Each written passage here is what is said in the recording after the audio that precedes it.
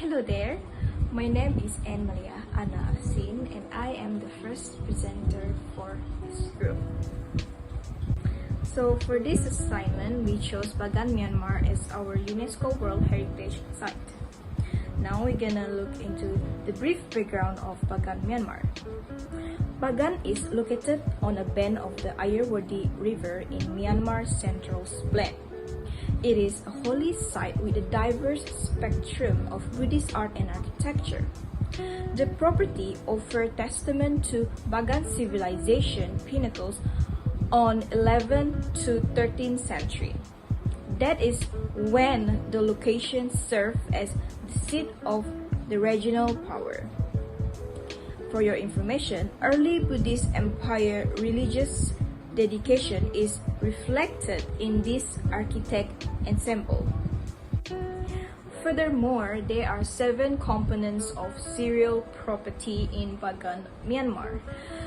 They are temple, stupas, monastery, pilgrimage sites, archaeological remnants, painting, and also sculptures. Next is an additional information for those that are still curious about Bagan, Myanmar. So, the demographic. The ethnicity in Bagan is Bamar people, and the population there is around 50,000 to 200,000 people.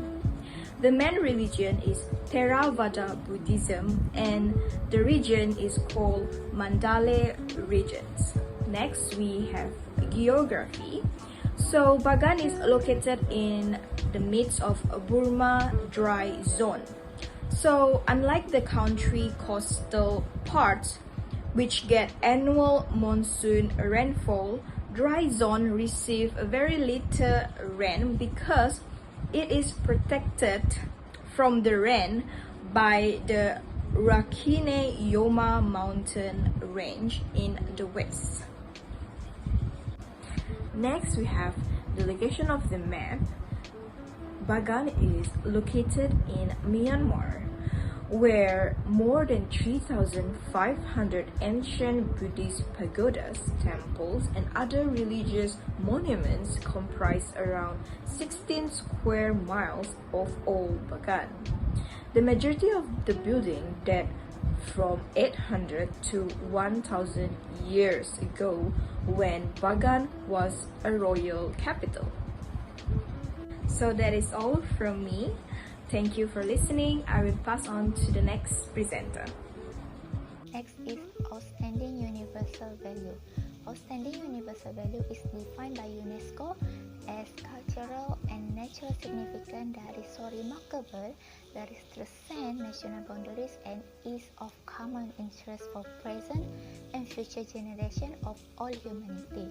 As a result, the long-term preservation of cultural heritage is critical to the world community as a whole. A property must meet one or more World Heritage criteria to be considered of outstanding universal value. To be included on the World Heritage list, sites must be of outstanding universal value and meet at least 1 out of 10 selection criteria. These criteria are outlined in the operational guideline for the implementation of the World Heritage Convention, which in addition to the text of the convention serve as the primary working instrument of World Heritage.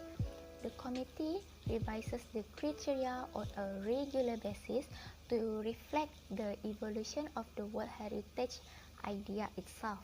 Besides outstanding universal value, there are also another requirement for selection such as authenticity, integrity, comparative value, appropriate boundaries, adequate buffer zone, protection, and management plans both individual and coordinated. So, here, Bagan has fulfilled the requirement of outstanding universal value, which is criterion number 3, 4, and 6.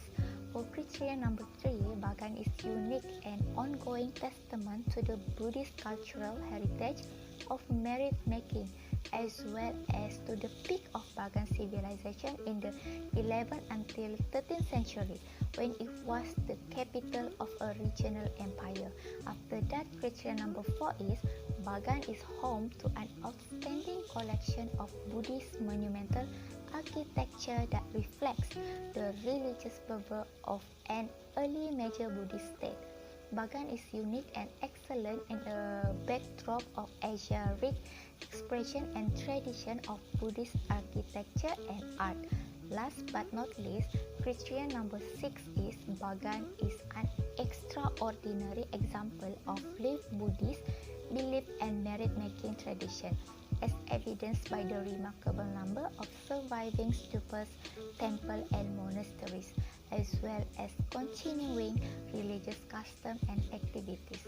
While evidence of merit-making technique can be found in numerous Buddhist sites and locations, the influence created during the Bagan period, as well as the breadth and diversity of expression and continuing tradition, distinguish Bagan. Besides this outstanding universal value, there are also another requirement that Bagan has fulfilled, which is integrity, authenticity, and management and protection requirement. For integrity, Bagan's integrity is based on the ability of the 8 components to convey the outstanding universal value: material evidence of the landscape, archaeological sites, monuments, inscriptions, sculpture, murals, cross painting, and the overall setting.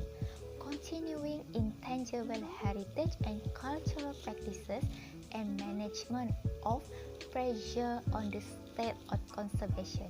The integrity of Bagan is jeopardized due to a variety of issues influencing the city, including tourism and development pressure, environmental challenges, and natural calamities. Meanwhile, for the authenticity, the landscape of Buddhist monuments of various sizes, scales, material, design, and antiquity, as well as the rich and continuing religious and cultural tradition, highlight Bagan's authenticity. The property's primary construction element, particularly the big temples and stupas, persevere a great degree of authenticity in its form and design, both interior and outwardly.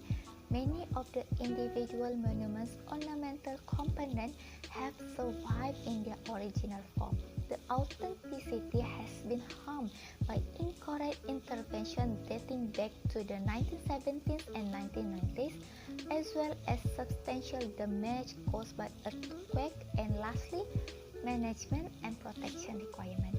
Bagan is legally protected under the newly modified Law for the Protection and Preservation of Cultural Heritage Regions Number 20, 2019. The property is also safeguarded by the activities and devotion of religious communities and local residents. To control development, a 100 km per 100 km protected zone has been formed around the land. Thank you. Let's move to the 2 major issues affecting Bagan, Myanmar. Number 1 is heritage preservation. Having trouble of restoring the heritage site, which can lead to loss of the heritage value.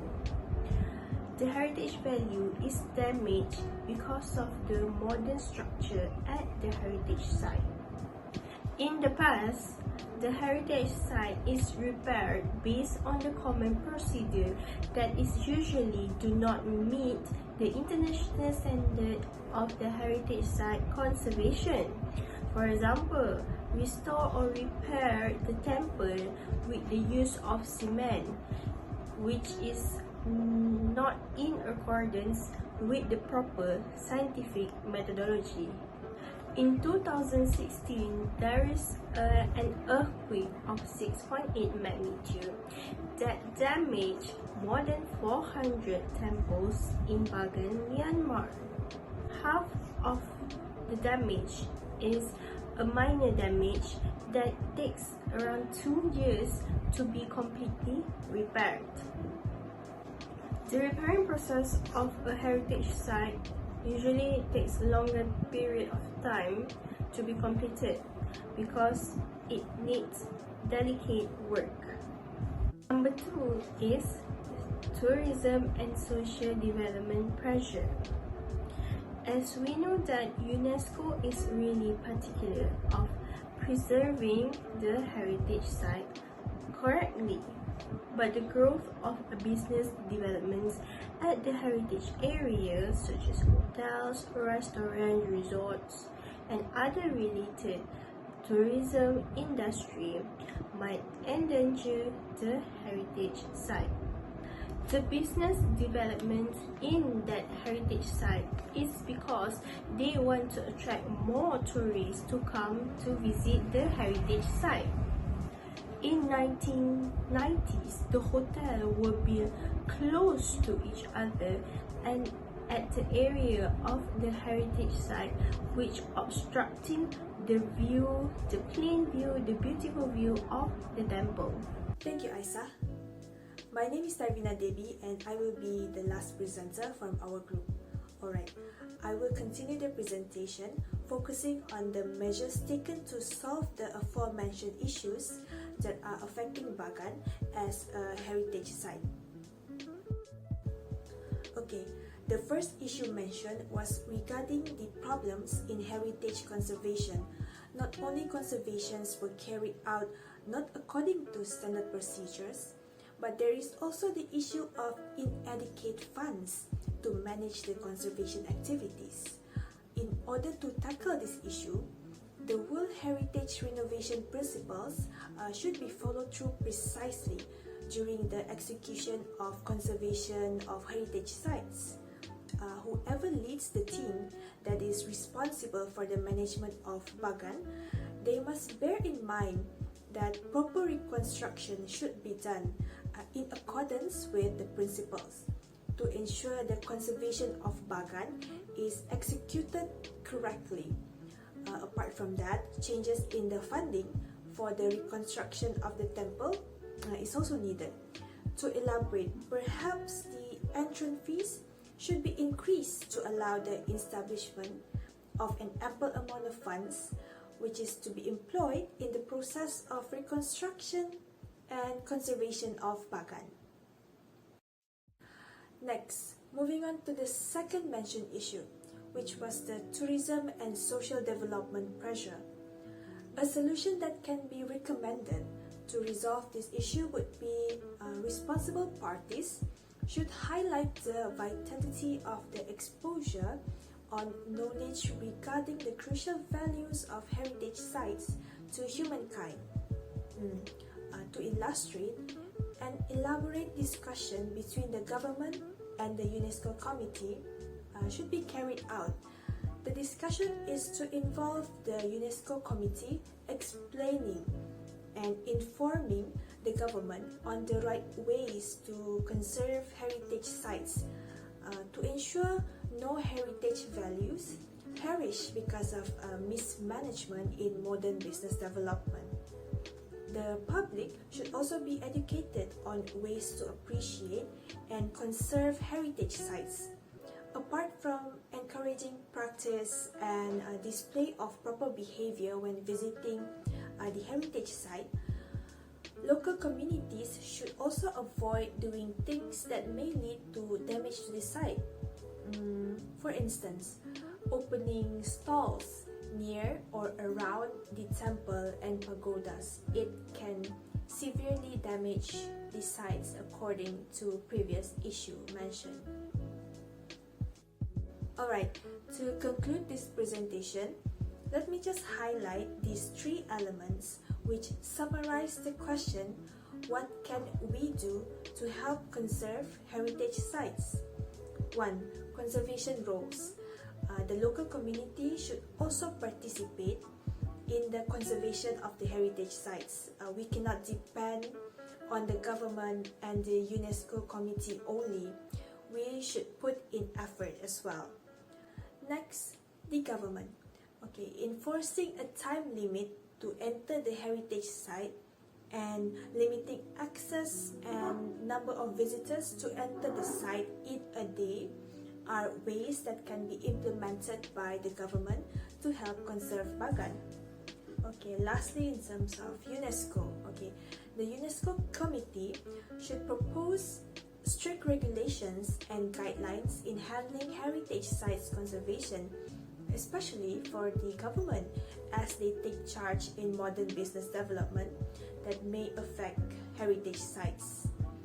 In addition, introducing sustainable tourism would also be a good idea to be promoted to the public as a head start in educating people on the vitality of conserving tourism products, especially World Heritage Sites. And with that note, I end my presentation here.